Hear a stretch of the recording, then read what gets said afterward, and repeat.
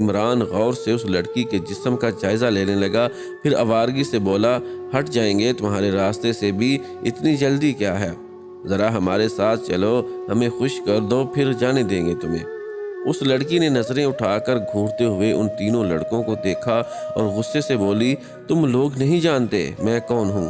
اگر تم تینوں کو پتہ چل جائے میں کون ہوں تو یہاں کھڑے رہنے کی ہمت نہیں کر پاتے۔ اس لڑکی کی بات پر وہ تینوں ہنسنے لگے۔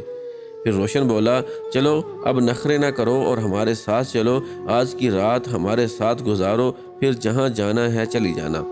اب یہ نہ کہنا کہ تم شریف لڑکی ہو، کیونکہ کوئی بھی شریف لڑکی اتنی رات کو کھیتوں میں نہیں گھومتی۔ روشن کی بات سن کر اس لڑکی نے کھا جانے والی نظروں سے اسے دیکھا اور چیخ کر بولی، مرو گے تم سب، جانتے نہیں میرے بارے میں کہ میں کون ہوں؟ میں لڑکی نہیں ہوں، میں ایک جن زادی ہوں۔ اس لڑکی کی بات پر تینوں دوست پھر زور زور سے ہنسنے لگے اور اس لڑکی کا مذاق اڑاتے ہوئے عمران بولا، اچھا تو تم جن زادی ہو؟ اچھا طریقہ ہے خود کو بچانے کا، لیکن یاد رکھو آج ہم کسی قیمت پر تجھے چھوڑنے والے نہیں ہیں۔ وہ لڑکی عمران کی بات سن کر مزید غصے میں آ گئی اور اس نے ایک زوردار تھپڑ عمران کے منہ پر مارتے ہوئے کہا، میں نے کہا نا میں انسان نہیں ہوں، سمجھ نہیں آ رہی تم لوگوں کو؟ جانے دو مجھے، دیر ہو رہی ہے، ہٹو میرے سامنے سے۔ عمران ایک تھپڑ کھا کر آگ بگولا ہو گیا اور اس نے لڑکی کو ایک دھکا دیا جس سے وہ کھیتوں میں جا گری۔ روشن اور حمزہ نے اس لڑکی کو بازوں سے پکڑ لیا اور عمران اپنے کپڑے اتارنے لگا۔ وہ لڑکی زور زور سے چیخ رہی تھی، لیکن روشن اور حمزہ اسے قابو کیے ہوئے تھے۔ عمران آگے بڑھتا جا رہا تھا، شیطانی مسکراہٹ اس کے چہرے پر تھی، جبکہ اس لڑکی کی آنکھوں میں خوف و ہراس پھیل گیا۔ روشن اور زمان نے مضبوطی سے اس لڑکی کو اپنے قابو میں کیا ہوا تھا اور زمان نے لڑکی کے منہ پر ہاتھ رکھ کر اس کا منہ بند کیا تھا، کیونکہ لڑکی زور زور سے چلا رہی تھی، ہیلپ ہیلپ ہیلپ۔ عمران ڈر بھی رہا تھا کہ کہیں کوئی آ نہ جائے، کیونکہ پہلے بھی وہ چند ایسے واقعات میں پکڑا گیا تھا۔ لڑکی اب بھی چیخ رہی تھی، وہ کوشش کر رہی تھی کہ کسی نہ کسی طرح ان کے چنگل سے نکل جائے، لیکن روشن اور زمان کی گرفت بہت مضبوط تھی اور روشن کا ایک ہاتھ اس کے بالوں پر تھا جس سے وہ آہستہ آہستہ مدھم پڑتی جا رہی تھی۔ عمران اب بالکل اس لڑکی کے پاس آ چکا تھا اور اس کے دونوں ہاتھ لڑکی کے گالوں پر پڑنے والے تھے کہ لڑکی نے لیٹے لیٹے ایک زور کی لات عمران کو ماری جو اس کے اوپر آ رہا تھا۔ لات عمران کو بہت زور سے لگی اور وہ لڑکی پر آ گیا۔ درد کی شدت سے عمران لوٹ پوٹ ہونے لگا۔ ادھر روشن اور زمان اپنے ساتھی کی طرف لپکے اور لڑکی کو چھوڑ دیا، جس سے لڑکی کو موقع مل گیا۔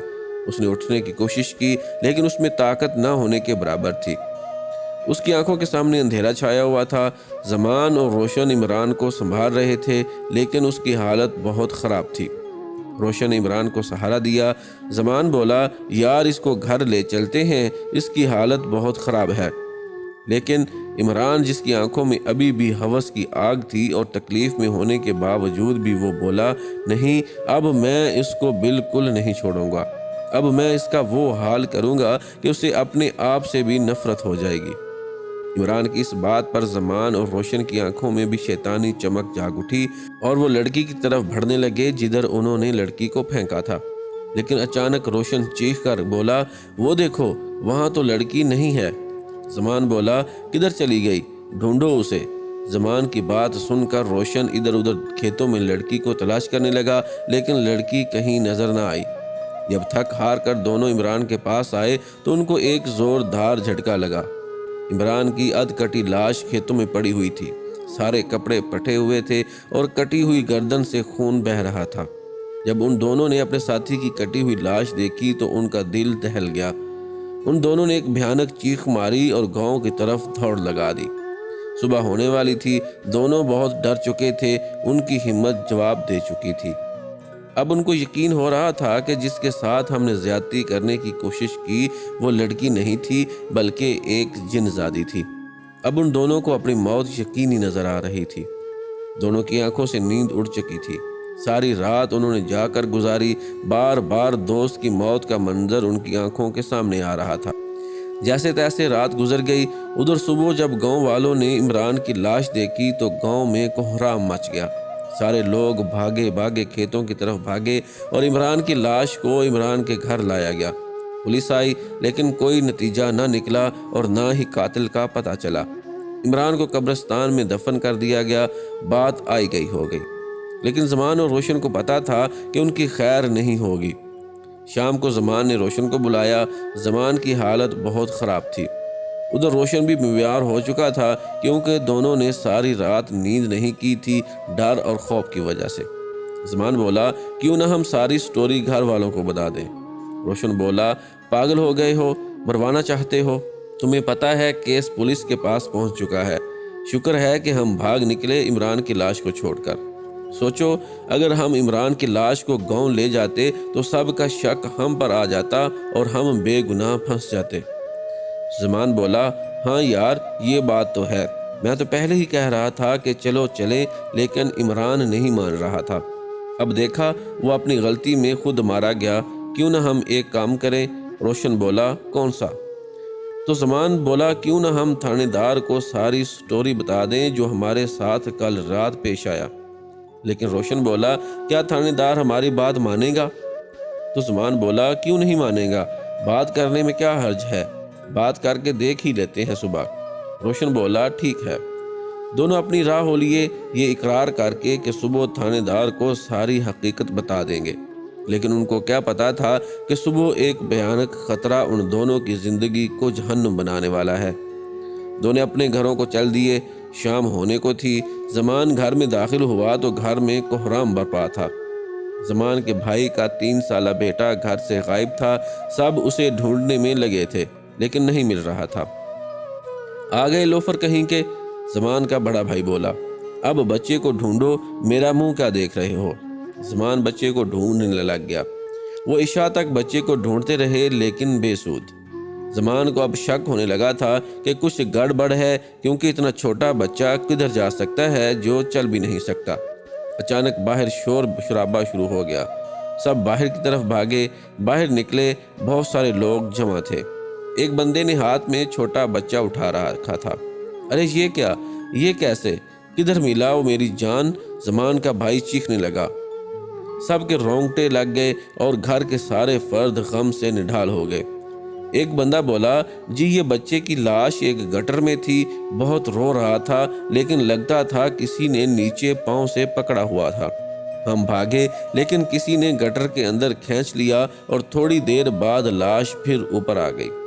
سب پر ہو کا عالم تھا، سب کی آنکھیں اشک بار ہو گئیں۔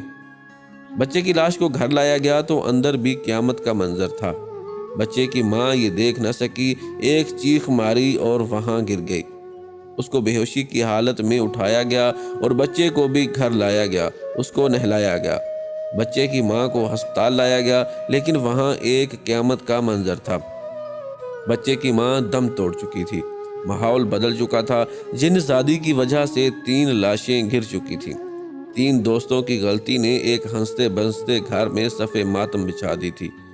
غلطی جن زادی کی نہیں تھی، غلطی ہوس کے مارے 3 دوستوں کی تھی، جن میں ایک عمران اپنے انجام کو پہنچ چکا تھا۔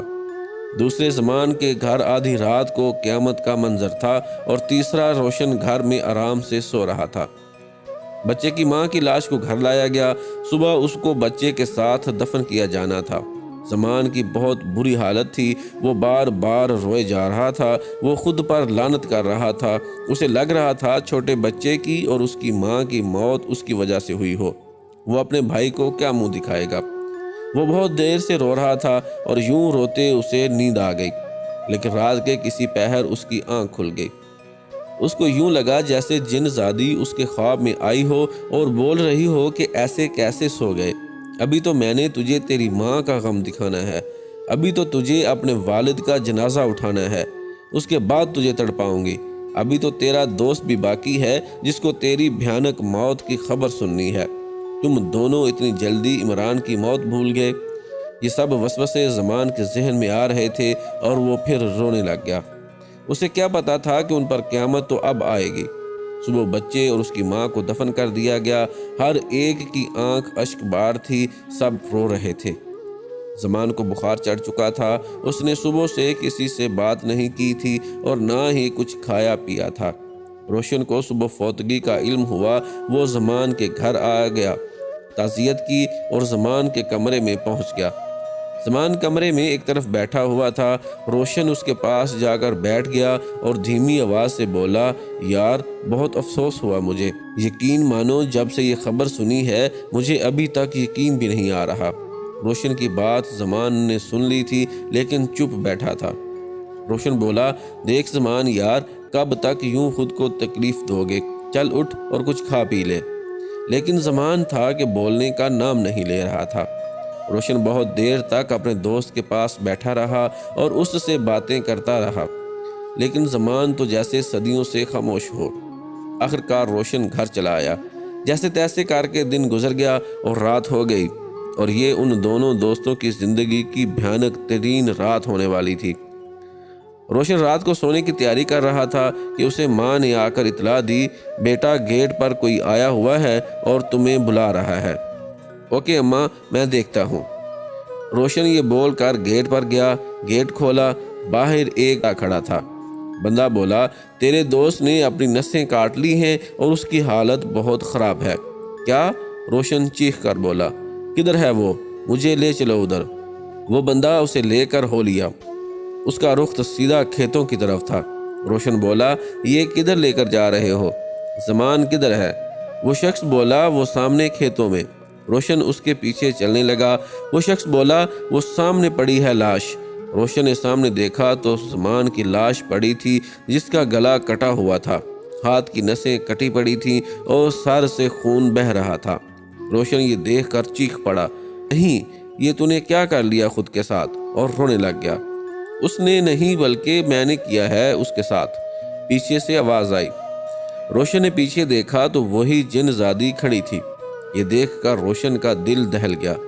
اچانک روشن کو سب یاد آ گیا، یہ تو وہی جگہ تھی جہاں انہوں نے جن زادی کے ساتھ زیادتی کی کوشش کی تھی اور جہاں عمران کو جن زادی نے مار ڈالا تھا۔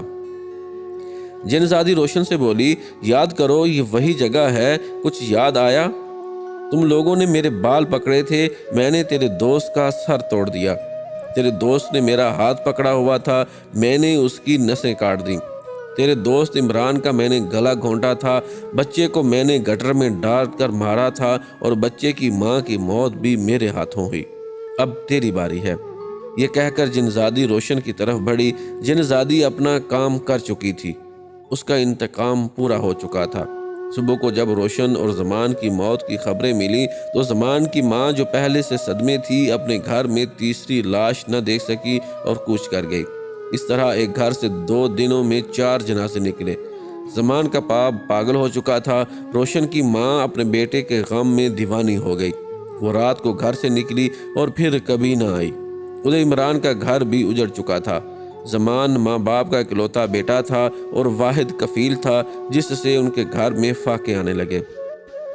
جن زادی اپنا انتقام پورا کر چکی تھی، لیکن ایک وعدہ جو اس نے زمان سے کیا تھا کہ تو اپنی ماں اور باپ کا جنازہ خود دیکھے گا، وہ پورا نہ کر سکی، کیونکہ زمان بالکل دیوانہ ہو گیا تھا اور وہ یہ صدمہ دیکھنے سے پہلے ہی چلا گیا۔ اس طرح ایک جن زادی کی وجہ سے 3 خاندان برباد ہو گئے۔